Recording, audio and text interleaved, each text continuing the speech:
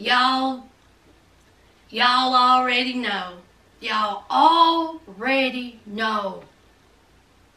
What's my name? I say, yes, come on. Oh, yes, I'm here for Foolery Friday. One more time. Oh, yes. Sit back, relax, unwind. What's my name? Come on. Oh, yes, I'm here for Foolery Friday. One more time. Oh, yes. Sit back, relax, unwind. That is for you, Mr. Earl Simmons. R.I.P. Let's get into it, y'all. Hi, friends. Welcome back to my channel. Sass here. I'm here with some Foolery Friday. Yeah. I hope you all had a great week. My week was pretty daggone good. Pretty good. But I have to start off Foolery Friday on a sad note. We have lost a legend, honey. Legend. Okay. Mr. Earl Simmons, DMX, has passed away at the age of 50. We had heard earlier this week that it was an apparent, overdose. And he has been on life support ever since. Me, myself, I was shook when I heard the news. And, I really hoped that he would, pull through. But, sadly, he did not make it. But, we have so many, memories of DMX. He was also an actor. He was in Romeo Must Die, Cradle to the Grave, and, other, movies. But, we know him best for his music. DMX is in my top 3 rappers of all time. Eminem, Tupac, DMX, Biggie, and Kanye. So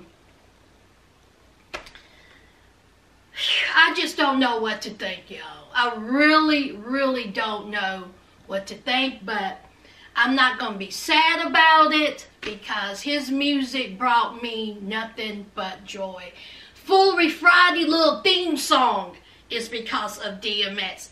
DMX and Snoop Dogg verses got me so hyped up that I was in the shower and I was like, how can I, do something with Foolery Friday? And, that, came about. So, DMX is the GOAT. He will forever be the GOAT. And nothing else can be said about it. Okay? The way this man could perform was amazing.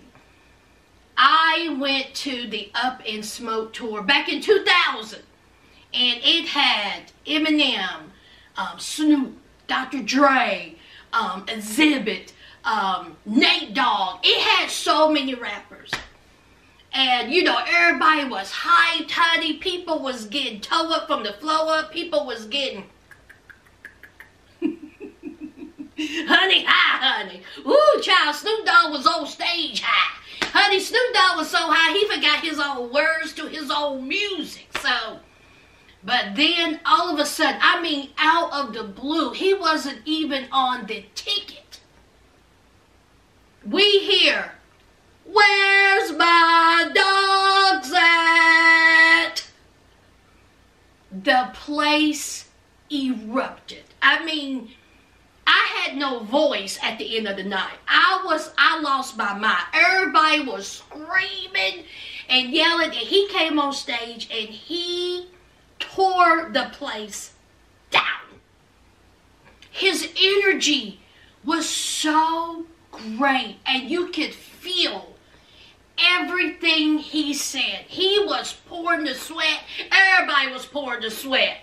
But he did 2 songs and he completely shut it down. So I would never ever forget that day. And 50 years old, y'all. 50 years old, and prayers go out to his family, and RIP to one of the greatest. GOAT. Let's move on. We have some local news, honey. Here in the state of Virginia, honey, speaking of high.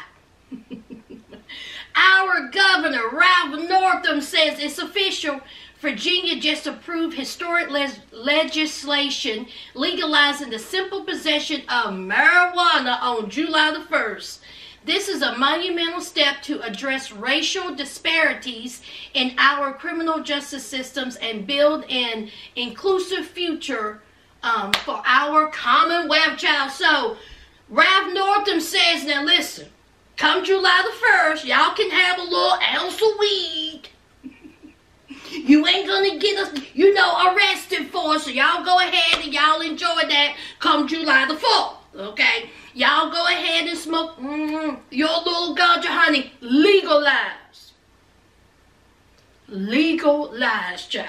Okay? Now, the dispensaries and all that will not be, available until 2024. So, some things are going on in his head. See, I can retire in 9 years. And some things are going on in his head. Okay, so the dispensaries ain't going to be live and, open till 2024. So I got some time to, get some things going, child. To all the ones that out there and they like that, Virginia says, go ahead and do it, child. More power to them, honey. Marijuana ain't hurt nobody. If you want to go out there and you want to smoke a little weed, go on and smoke a little weed. Don't be bothering nobody. I say more power to them. Me, I'm not a weed smoker, okay? But, for the ones that do, go ahead and get your little ounce on. That's what you do. Let's move on. Congratulations to Tashara Jones. I think that's how you say her name. She has become the first black woman to hold office. Mayor, honey. Mayor in St. Louis.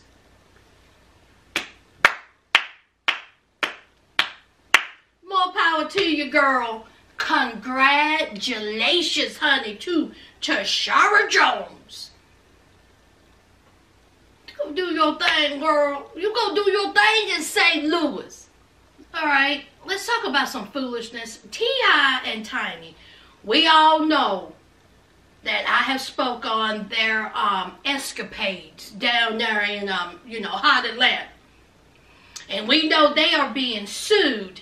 They have released a statement in response to the new sexual assault allegations against them.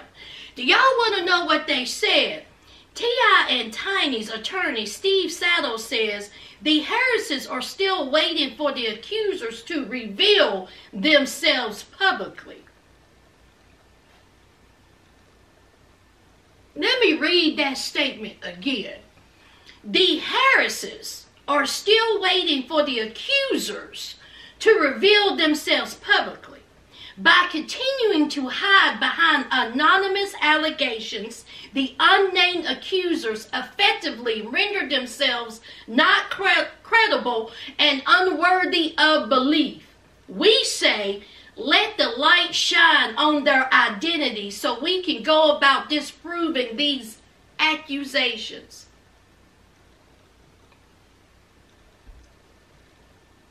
That is what T.I. and Tiny said, according to their lawyer. That is probably the dumbest thing I have ever heard. What is wrong with T.I. and Tiny? What do you mean you want them to, come forward, reveal themselves? Y'all, there's something wrong with them.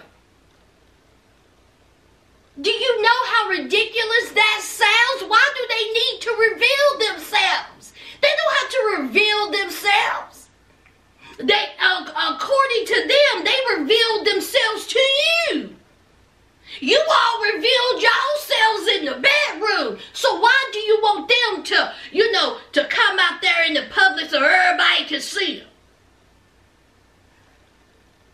Tia and Tiny, y'all better stop living foul.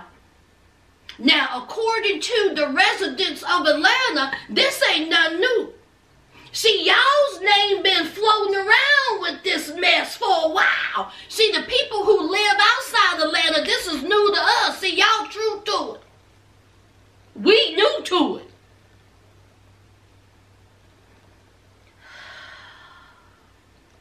Let's move on. Now, let's talk about these Real Housewives of Atlanta's fashions for the upcoming reunion show. Now, let's talk about Kandi. Kandi's outfit was atrocious. It was horrendous. Okay? Now, she says that Bravo has sent out a memo saying that they wanted like this burlesque 50 Shades of Grey type of, you know, bondage type, you know, attire. That's what Kandi said. Now, Kandi said out her mouth that the other girls must not have gotten this memo. Because, see, if she would have got the same memo they got, she wouldn't have showed up looking like a hot mess. The outfit made Kandi look bigger than what she is. I just think that the outfit was just ill-fitting. Those shorts was ill-fitting. That cape or whatever it is was ill-fitting, and then the hairdo didn't do it any justice. I seen where she was going, if that is where, you know, the whole burlesque thing, you know, came to be, but it just was not put together well. The outfit was just not together, okay? It just was not put together. It made her look bigger than what she is. It was just bad. Okay, so, you know, I think Kandi got a little bit embarrassed about it. I think once she seen the pictures, because she said that once you see the pictures didn't do it justice. So she, you know, did some, you know, video to show how the outfit did. Girl, it still didn't do it justice, Kandi. That outfit did not look good. Now, as far as the other ladies, Cynthia looked like the same thing that she usually would wear. Pretty dress, same thing. Kenya, pretty, same thing. Okay? Portia's dress, same thing. I mean, it just looked, they all looked the same. Okay? They all didn't look the same. Marlo looked a mess. I'm sorry. Her dress. Why does Marlo dress like she is 21 going to a club? No, ma'am. No, ma'am. Shamia's dress was pretty, but her hair, absolutely not. Absolutely not. I did not like Shamia's hair. It was just too much, okay? Too much. If Shamia would have worn that dress with a slick back, long, you know, ponytail, honey, that would have been it. Hair done, a little red lip. That's all Shamia needs, okay? So, Shamia's dress was pretty. Hair, not so much, okay? Latoya forever.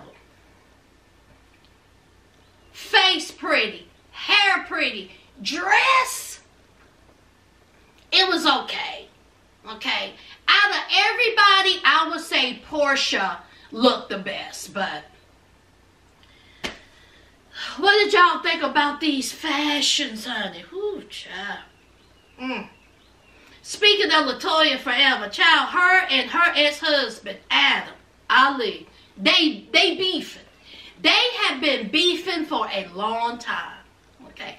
Me, myself, listen, I am a fan of Latoya forever when she was on YouTube. Her, Adam, the kids, the family life. I like watching their vlogs. I thought they were funny.